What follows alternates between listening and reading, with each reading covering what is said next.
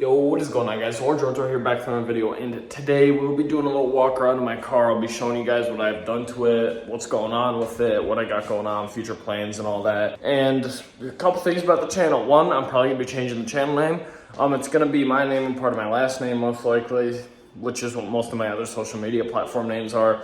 And I'm kind of transitioning away from the whole gaming side of things because, I mean, I don't know. It never really took off or anything like that. I feel like anything car related I posted either on TikTok or on YouTube got views, or anything like tech related with like getting help with lag reduction got a lot of views. So I don't know, I might stick to things like that. But anyway, let's get straight into the point of the video. Alrighty guys, this is my 2006 Pontiac Grand Prix. First looks, I mean, it looks pretty good on camera, but we will get more close-ups as we go around the car. First thing I know you guys are going to see is this right here. I got hit by a plow truck a while ago. It was a bullshit story. If you guys want to know about that, I can tell you guys a story. Did some damage over here, and it took out my door, my fender, my headlight, and I had to get all that stuff replaced. And I also had to get new tires at the same time. It completely destroyed this tire, and they were bald anyway. Come around to the other side, the passenger mirror paint's peeling off of it. Now, my theory is this was replaced in the past. Somebody took one off of a silver car, possibly from the junkyard, and they just painted straight over it. They didn't sand it down. They didn't at least scuff it so it could stick to the surface better. So now it's just peeling right off because there's nothing really for it to stick to. There's a dent in the door right here. And I bought the car with this dent in the door, and when I bought it, this whole front section was like pushed in right here. So someone got hit, and what I presume happened is they got hit right here. It took this part out. It took the mirror out, which is why it was replaced. It hit that, and then it came back here. It hit this little section down here, which isn't too bad. And then it took out the paint right here, which is why this section is rusting right here. You come around to the back. I redid everything in the back pretty much. I put a different bumper on. The old one was shit. Junkyard bumper, a lot better than the old one. I don't have the old one anymore. I threw it away, but it was just clear coat was chipping everywhere. It was just done for. And I also replaced the trunk lid because it had paint fade. The wing was done. I don't know, the whole rear end of the car was just a mess, but I got it all sorted out. Bumper was missing half the brackets it was supposed to be mounted on, and yeah, there's more paint damage back here. I got the car like that, and I'm just trying to fix it, to be honest with you. There's a dent up here, and coming up to the roof, there's another dent up here. Go up here, there's a couple of spots where there's rust, and I'm going to get that addressed before it gets any worse, especially what's going on here, because I've noticed this one's gotten a lot worse. Other than that, it's good. It doesn't have much rust at all. This whole door was off of a junkyard car. That's why there's rust there. Same with the fender. You'll notice that I tried to paint over this so it could look at least a little better until I get new fenders for the car. This is temporary. That's why I painted over rust. I never do that. Never do that, guys. Please fix your rust. Don't just paint over it. It'll only make it worse, and it'll continue to spread. And it'll also look like this. It'll look like shit. So yeah, this isn't really mounted down here. I just got to get new fenders for the car. And other than that, there is some rust underneath, but nothing major at all. Nothing major at all. It is pretty fucking solid. Let's get up under the hood here. There's a little bit of rust going on at the start of the hood here. No big deal. This hood, I need to replace it anyways, or I need to find a way to get because it's missing a bolt here. How this is designed is there's these little square pieces that are like, it's kind of like a clip, and it's held onto there, and this one fell out, and it's just inside the hood. So I have to find a way to either recover that or just get a different hood, because this doesn't sit flush. It looks weird on the car. But anyways, moving under the hood, we have a 3800 naturally aspirated. It is not a supercharged 3800. I know it's nothing too special, but I bought the car for $580 with blown head gaskets, and I swapped another motor into it. There's a lot more behind that. If you guys would like to know, I'll make a whole different video on the history of this car. It's been through a lot. It's got a rebuilt trans that I just put into it recently. Actually, last weekend is when I put this rebuilt trans into it, so it's a fairly new trans. I got new motor mounts going on up here too. Trans and motor mount were replaced a little while back. The motor mount is tearing again because when I did the trans, when I replaced the trans, I had to lean this over, kind of like to the side, kind of like how you see the camera going. And I leaned it too far over, and it was starting to tear the motor mount on this side on the bottom. And I also have to get new bolts for that mount because it's missing one of them. I know, cringe, but I haven't got my hands on them. I will one day, don't worry.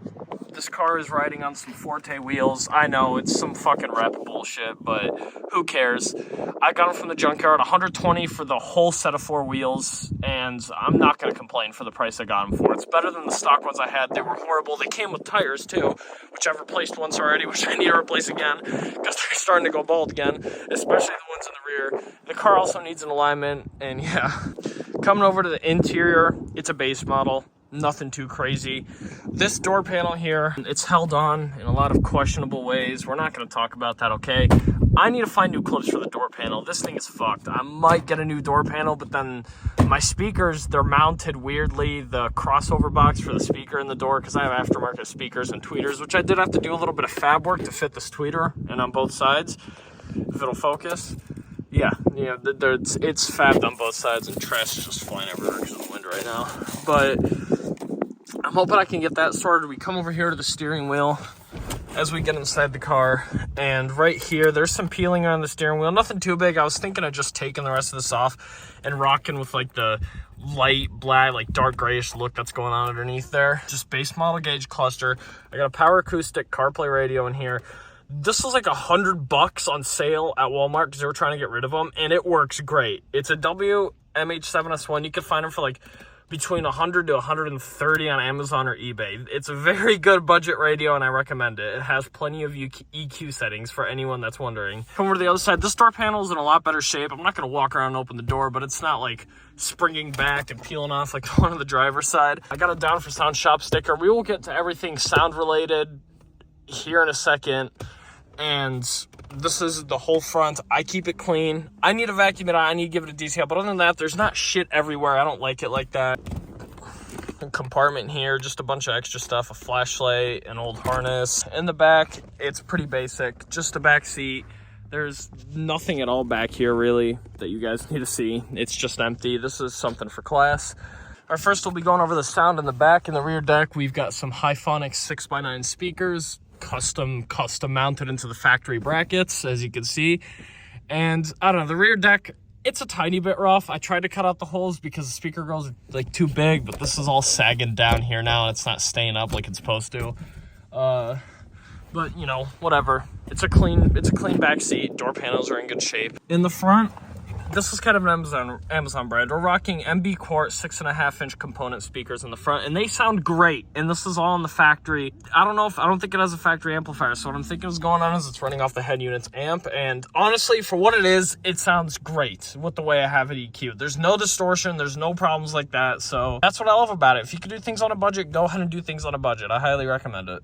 All right, coming into the trunk, don't mind the mess. I got these blankets here to hold everything back from flying into the sub that's over there. Like these rollerblades and all this bullshit. There's a basketball in the back there. But I have a Sundown Audio 12-inch sub here hooked up to a Scar Audio RP 800.1D amplifier. It's an 800-watt amp. It's pushing about 650 watts at 2 ohms because it's a dual voice coil sub and I have it wired for 2 ohms. Honestly, it's pushing right around where its RMS wattage is. It's pushing its RMS wattage. So you know what? It's perfect and it sounds great. I don't even keep it all the way up because it's just too much for just daily riding around and listening to. If I want to give someone a good demo, then I'll turn the bass up. But other than that, this thing fucking rocks, dude. It is great. And without further ado, let's go ahead and get this car started up so I can show you guys what it sounds like and what I got going on for the exhaust on this car.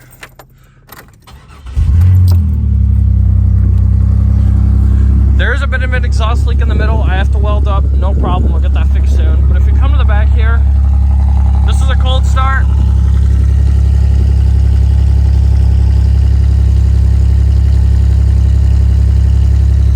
Sounds pretty good for a cold start. What I got going on for exhaust is it's all stock back to the mufflers pretty much. I got no cat, and the reason I don't have a cat is because it was clogged.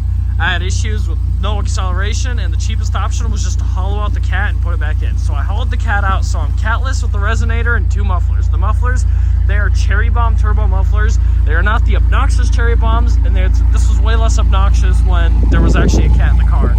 But like honestly, I dig it, and I'm gonna keep it this way because it sounds real good. As for the mileage, we are sitting at 195,515 miles.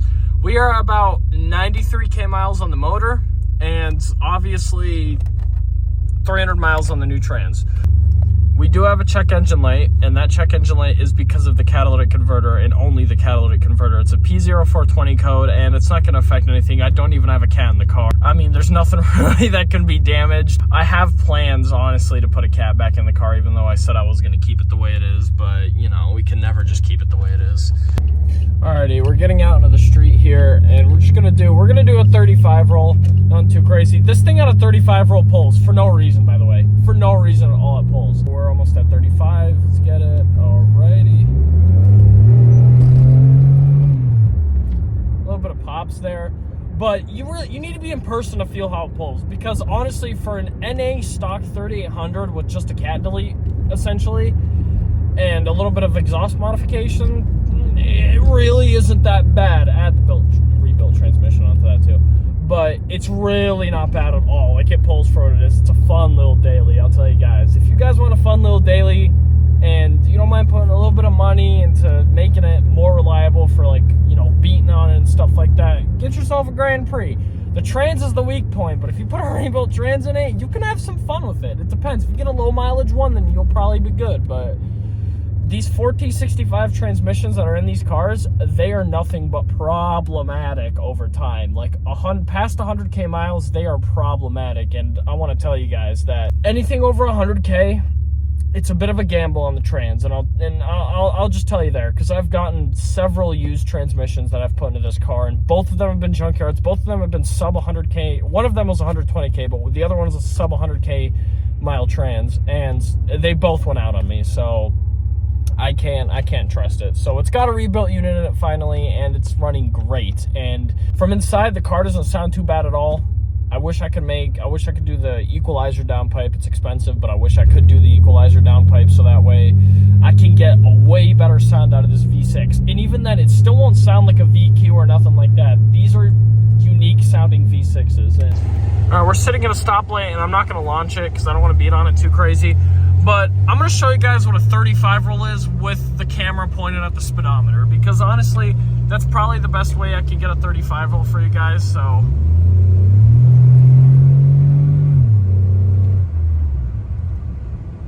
it pulls for a 35 roll. It took a minute to downshift there. Sometimes it's instant, sometimes it's not. It's how the transmissions are. I hate it. If you put a shift kit in here, you get it tuned. That'll eliminate that problem completely.